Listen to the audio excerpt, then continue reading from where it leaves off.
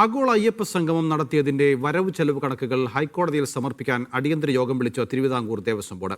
സ്പോൺസർഷിപ്പിലൂടെ പ്രതീക്ഷിച്ച തുക കിട്ടിയിട്ടില്ലെന്നും പലർക്കും തുക നൽകാൻ ഉണ്ടെന്നും Devaswom board president K Jayakumar പറഞ്ഞു. കണക്ക് സമർപ്പിക്കാത്തതിനാൽ കഴിഞ്ഞ ദിവസം ദേവസ്വം ബോർഡിനെ ഹൈക്കോടതി രൂക്ഷമായി വിമർശിച്ചിരുന്നു.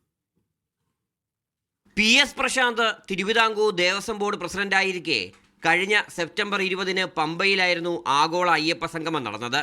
സംഗമത്തിന് അനുമതി നൽകിയപ്പോൾ പരിപാടി പൂർത്തിയായി 45 ദിവസത്തിനകം കണക്കറിയിക്കണമെന്നായിരുന്നു ഹൈക്കോടതിയുടെ നിർദ്ദേശം.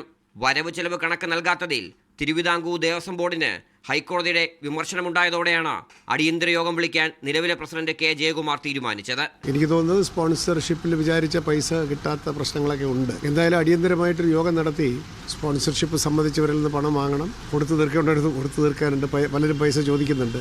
എല്ലാവരുടെയും മീറ്റിംഗ് വിളിച്ചു കൂട്ടി ചെലവ് ചുരുക്കിയും വരുമാനം വർദ്ധിപ്പിച്ചും ആ കണക്ക് തീർത്ത് അത് അക്കൗണ്ട് ക്ലോസ് ചെയ്യണം തന്നെയാണ്. കണക്കറിയിക്കാൻ ബോർഡിന് 1 മാസത്തെ സാവകാശമാണ് ഹൈക്കോടതി കഴിഞ്ഞ ദിവസം നൽകിയത്.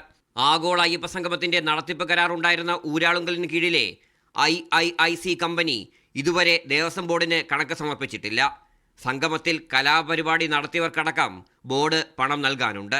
സ്പോൺസർഷിപ്പ് വഴി 4 കോടി രൂപ കിട്ടിയെന്നാണ് മുൻ ബോർഡ് പറയുന്നത്. RB Sanu, media 1, Thiruvananthapuram.